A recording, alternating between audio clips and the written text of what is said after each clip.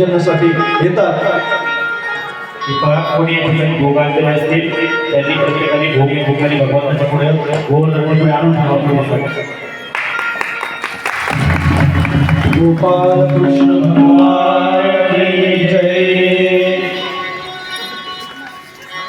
गोपाल कृष्ण मध्ये उभं राहतात आणि सगळे सवंगडीकर असं गोल साईडने उभं राहतात आणि ही छबी गोवर्धन पूजा ज्यावेळेस सुरू होते त्यावेळेस इंद्राला राग येतो आणि इंद्र विचार करतो की माझी पूजा कोणी करीत नाही, म्हणून इंद्र काय करतो, मेघांना बोलवतो, वायूला बोलवतो आणि घनघोर असा वर्षाव त्याकडे सुरू होतो.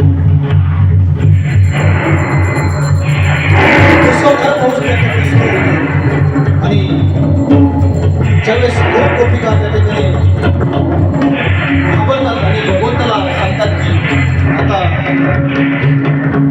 आमचं संरक्षण करा. आणि त्यावेळेस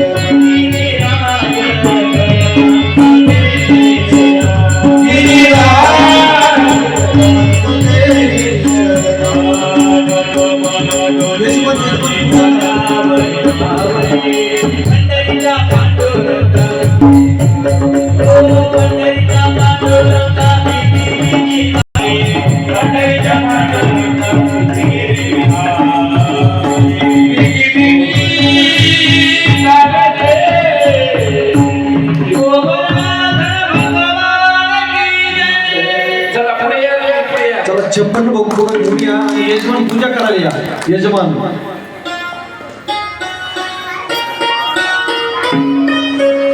आणि घनघोर असा पाऊस त्यामध्ये पाणी समोर जातं. कोणतं सांगतात ते मीच गोवर्धन झालेलं आहे. श्री गोवर्धन महाराज महाराज तेरे माथे मुकुट विराज रहो. श्री गोवर्धन महाराज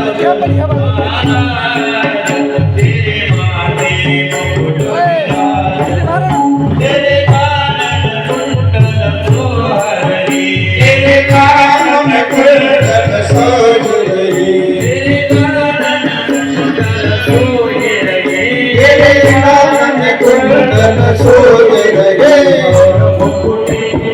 और मुकुट और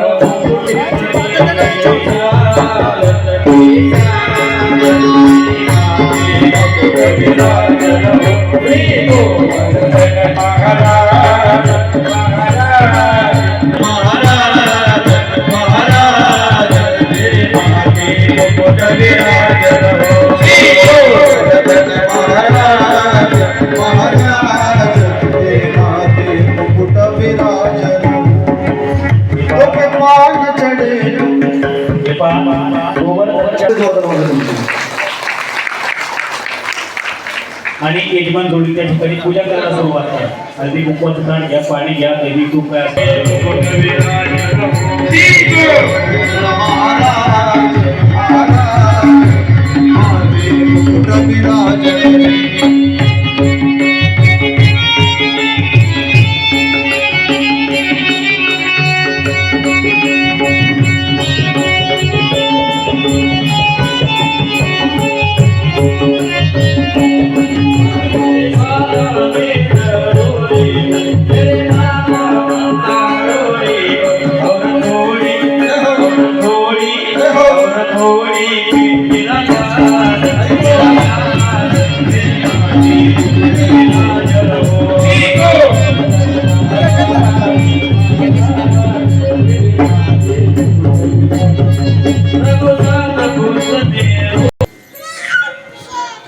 वेळेत कथेला प्रारंभ होईल.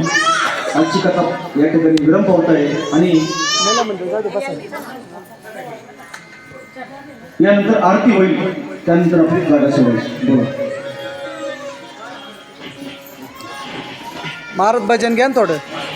महाराज एक मिनिट. आज आपल्या या कथेला आमचे मित्र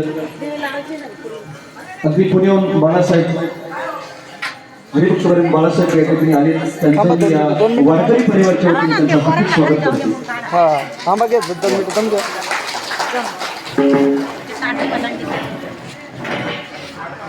आज या ठिकाणी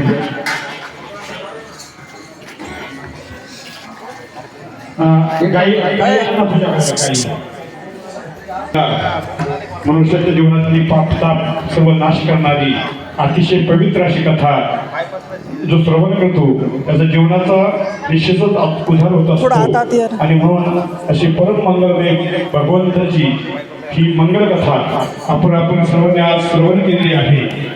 आणि त्या कथेसाठी आज विशेष करून आपल्या कार्यक्रमाला भेट देण्यासाठी या ठिकाणी